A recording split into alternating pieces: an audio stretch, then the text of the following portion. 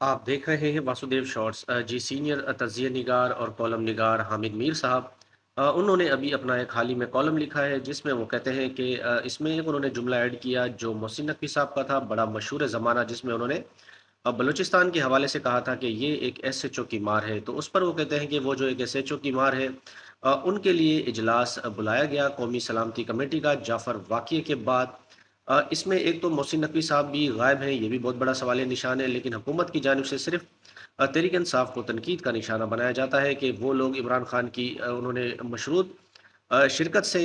इसमें शिरकत की एक यकीन दहानी कराई, लेकिन वो खुद भी नहीं आए। लेकिन उनके कायद मियाँ नवाज शरीफ साहब ने भी शिरकत नहीं की, वजीर दाखिला ने भी शिरकत नहीं की।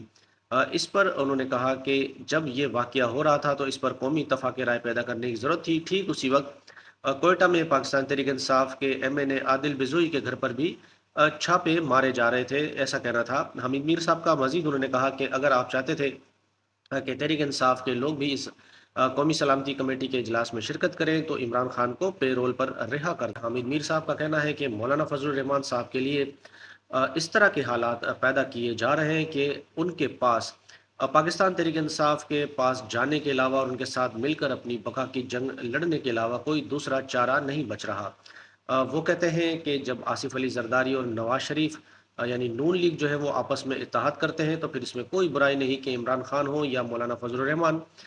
इन दोनों के दरमियान इत्तफाक क्यों ना फिर किया जाए, ऐसा कहना है हामिद मीर साहब का।